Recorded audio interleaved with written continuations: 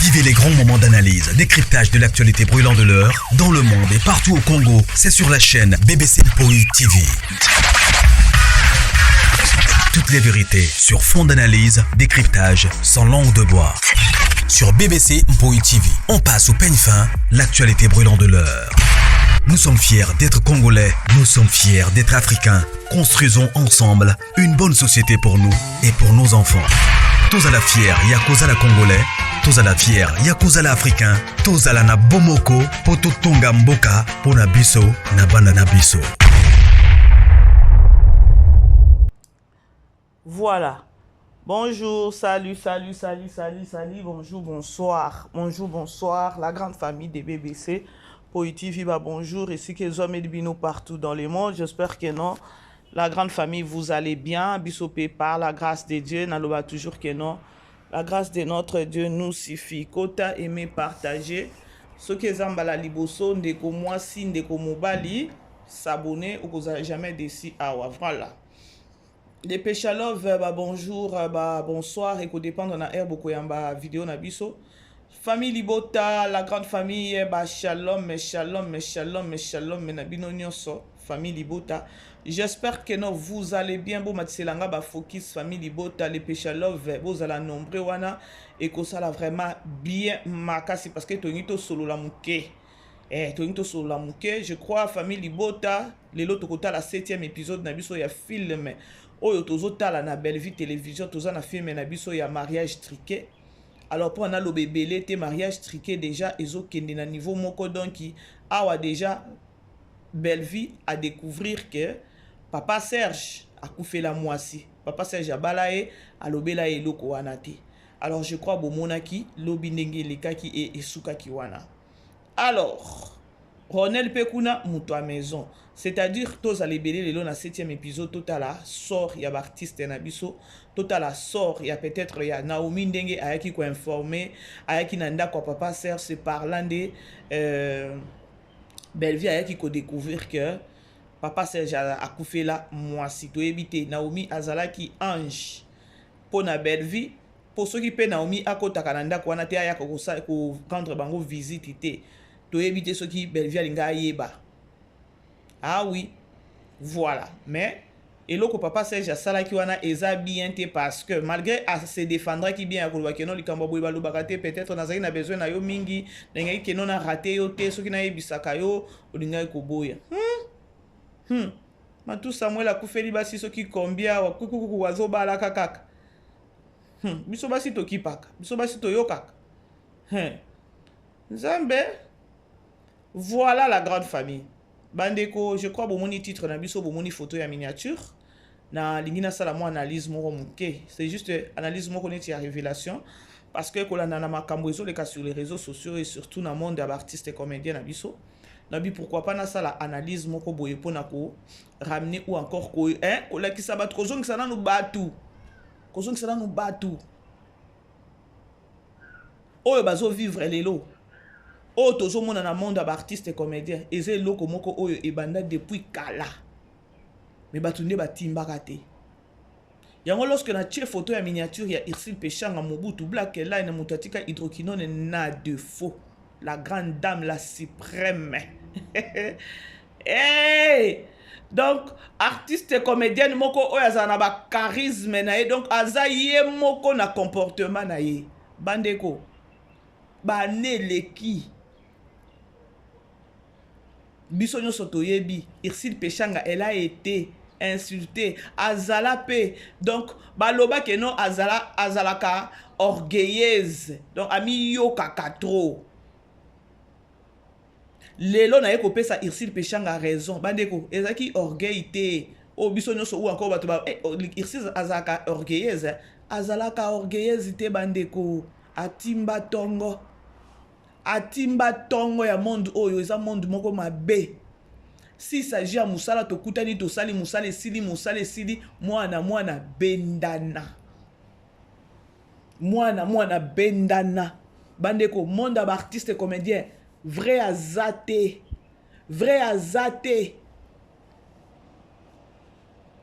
Irsil Pechanga la artiste et comédien nyonso.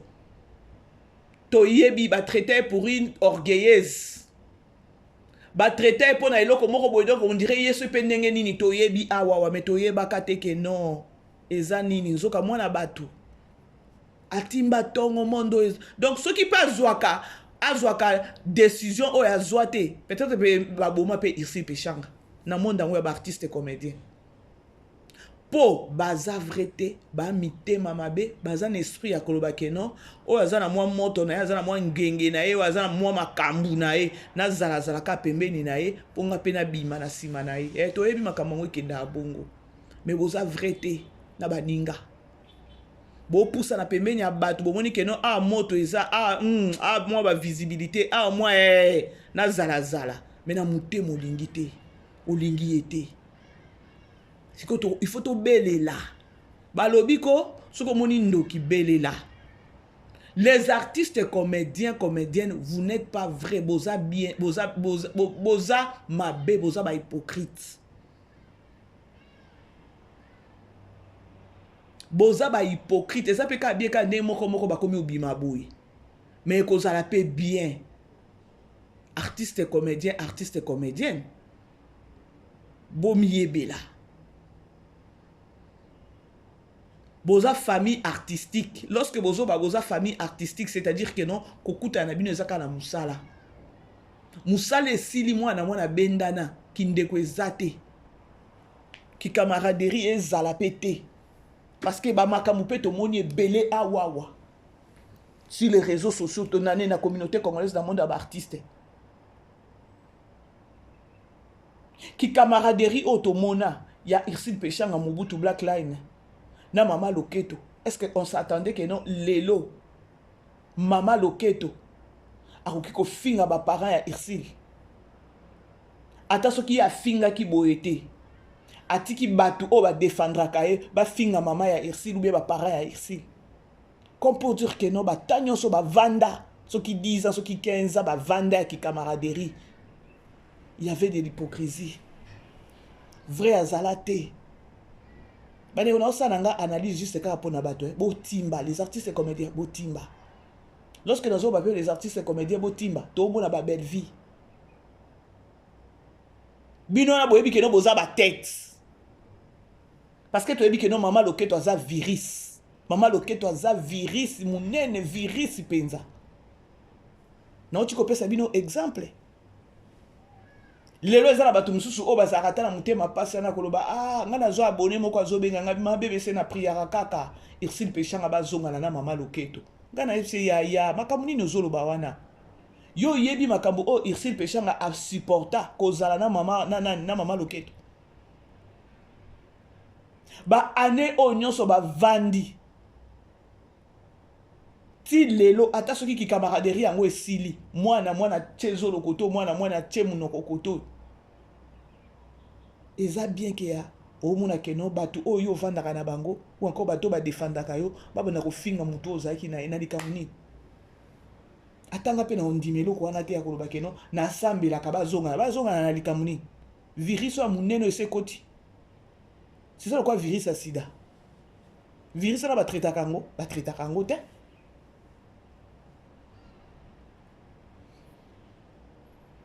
Irsil Pechanga bato ebele la majorité so total période kaka ya ba succès na ye banda o aza orgueilleuse aza ki nanu a comprendra monde na bango a comprendra être star il faut na zala ndeni il faut na se comporter ndeni to mona ba artiste comédien mususu o mona bango boy na ba fête o mona boy ba légèreté moko boy non artiste soki oza artiste okomi place moko boye silama zana mwa charisme esa bien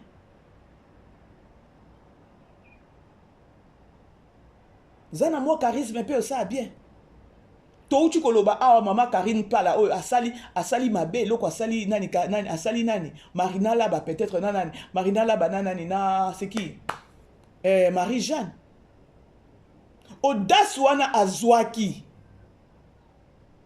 po alobela bango lokola banana ye et uteli wapi nous devons aussi savoir ça et uteli wapi audace wana ya Karine Pala azwaki penza alobela Marina bongo na nani na Marie-Jeanne Bololé. Audace wana tango azobondre bana na ye bino makolo na bino lisusu te.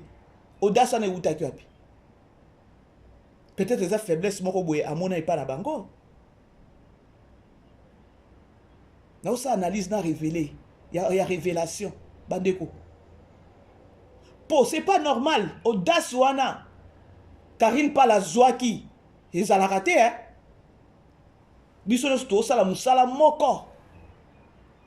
Po ata soki yo komi yo Karine Pala okomi film peut-être ozala besoin maman Marie-Jeanne ozala peut-être na mutu.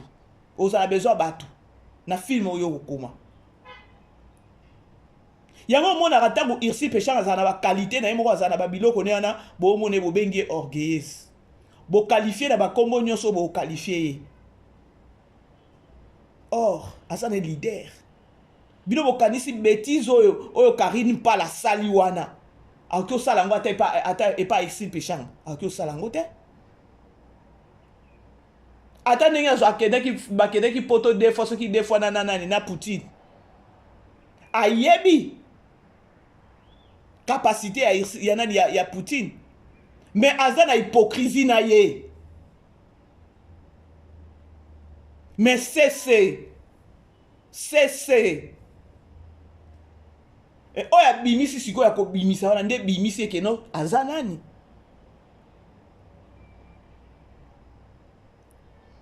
Poto koya koloba okitisi ba Marina la okitisi ba pourquoi pona nini audace wana Marie nani Karina Zwaki avandisa Marie-Jeanne ou bien avandisa Marina ya koloba bino makolo na bino lisusu te. C'est fort. Bino makolo na bino lisusu te. C'est-à-dire que non il y a eu donc légèreté moko boye zalaka wana yangwana zui pe ba audace wana. Tout ça aussi ça compte la grande famille. Tout ça aussi ça compte. Yangwana bomonaka moko Poutine kutuna nto China parce que ya kane pa musala yango bomonaka ici péchant azala ba caractère na ye. Moko to sala analyse to lobela pe caractère na ye. O ebiki se pe na makambo ebele. Sangana oyo. Bandeko zata pa neti ngane na kenaka église bo. Na ke église na sambe na kenaka ko sa ki camaraderie te. C'est pareil na bino ba artiste et comédien. Ngana tala ki na butu na vandi na bino audace o penza Karine Pala Zwaki na ya koloba keno bo bino makolo na bino e kono nzoso lobela bana moko ya ba 10 ans bana moko ba 15 ans ou bien bana moko ba 18 ans bana lelo ba oyoka te. Toke pa etozonga. Ngana okaki yango mutema passe na bino. Akyo zana audace te pour Marina la baso ipa zaki déjà na ndako libala ndia na bana ne ata 3 4. Marina ni Marie-Jeanne Bololé même Tokyo benga bango baza ba mama. Audace abongo eza pona nini? Malgré que na kendaki nango pe mabe, audace wana nga na zoloba. Ata moi respect mukeza akite na ba audio wana ya kopesa bandeko na ye.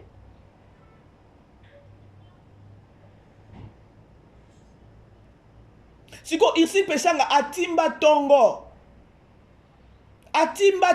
bandeko ya ke no mondo oyo eza monde bien te. Mondo oyo batu baza vrai te. Mondo oyo il y a les hypocrites. Donc à côté s'exprime moko boya lobi ke no na okumba ngo boye. Yes. Ba batu o bazanga o comprendre ba traiter pour na orgueilleuse et tout. Lelo to pesi irsi pechanga raison hein. Lelo to pesi raison hein. Pour ce que le otali pesa audace wala Karine Pala pa Zwaki wana bandeko. Atanga pe na ondimelo ko wana te. Ngana ondimango te. Na ondimango te pe le kate tant que yo zan moi si lokolanga. Alors so ito lotali to mona ke non, il y a eu légèreté moko ça qui peut-être pas Marina et puis pas Marie-Jeanne Bololé. Pour ça là que Karine Pala zana ba audace wana.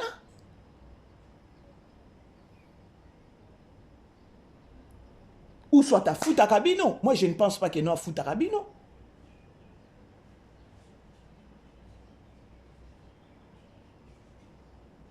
Yozo sa les locaux nous ont rappelé Batuboya Kanama été.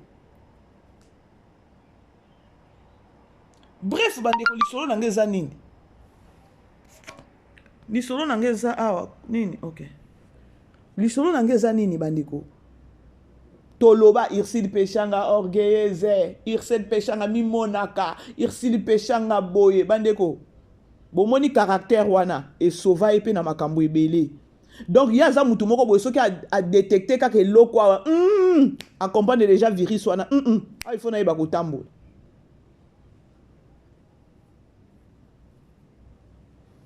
siko na ngambu ya Poutine de l'écriture Poutine aza na mutema moko ya kolinga mais ye moko ayebi ke non nga balinga anga te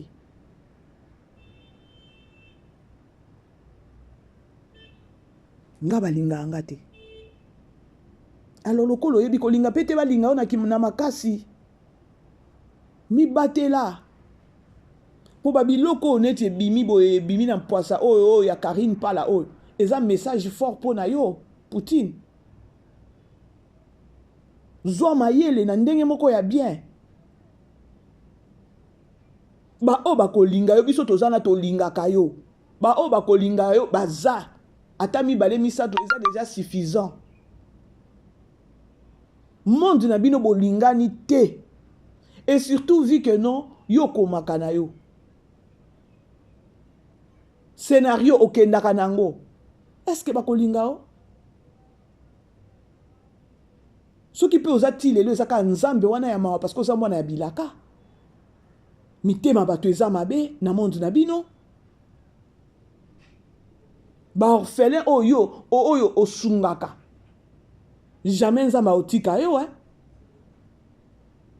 parce que bible ezoyebisa biso oyo basungaka baorphelin na baveuve bandeko eza na offrande ou encore eza na grâce ou encore eza na lipamboli moko te ezalaka na sacrifice wana ya kotala banani baorphelin ata na point nini nzambe intervenira kaka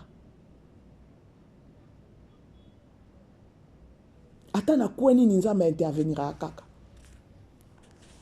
monde artiste baza mabe nga lelo na pesi Ursule Pechanga penza raison ya façon à se comporter azane bien na mutu nyonso mais pas de buzoba on n'est pas amis toza connaissance à musala esili moi je crois eza meilleure façon ya ko vivre na monde wana ah oui lelo topesi ye raison tobengaka ye orgueilleuse tobengaka ye aza trop minene nzoka atimba po soki totali na baartiste comédienne baza ebele mais soki totali batete oyo penza ke non réseaux sociaux tosiblaka eza Ursule banani Ursule badinana Poutine na o mama loketo yo ebi bitumba combien baza nango siko na monde na bango tant que bango baza batete siko to soki yo miyebi bongo yeba komi batela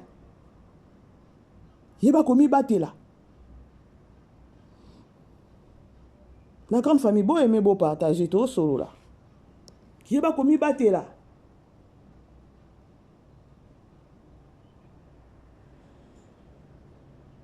yeba vraiment komi batela et ba message yango banque ezokota boende ni nzambe nanga bobangisinga la grande famille bon na sel nanga kaka analyse nanga oyo na vanda kilobi oyebi ke no soki na oyoka audio ya Karine pala nazoka rage moko boye na bi non na ekola na bi oda sango ya boye yango Marina laba na Marie Jeanne Bolwele bana na ye pour websa bino makolo na bino lisusu te peut-être légèreté moko pesa ki wana.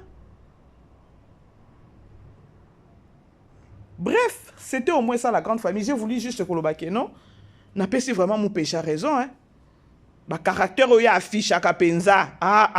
Bravo à elle. Bravo à elle. Tu comprendras, tu traité pour na mutu moko boye ya mapek ya donc ya mutu moko minene mutu moko boye so pende nini non. Nzoka timba na ye ba je ya bato. Et puis azalaka na ye vrai ya kolobake non makambo eza mabe. balobi omoni ndoki belela biso to belela kaka. Alors c'était au moins ça la grande famille pour nous vraiment bino tamulaïté na koko sapé makamushute. C'était au moins ça. Nos artistes vraiment tokipe ko ya te bolingana te mutu abota maraso za mutu déjà linga bato o lingano ka bato. Mais il faut oser toujours souple. Artiste oza mabe. Voilà, tokomi na suka famille Libota tozala wana lelo 17h30 pour na film na biso ya mariage triqué. Alors toyebi sort ya belle vite mais na yebi ke no belle vie kuna. Prière na prière. Alors, tokutani, bisous, bye.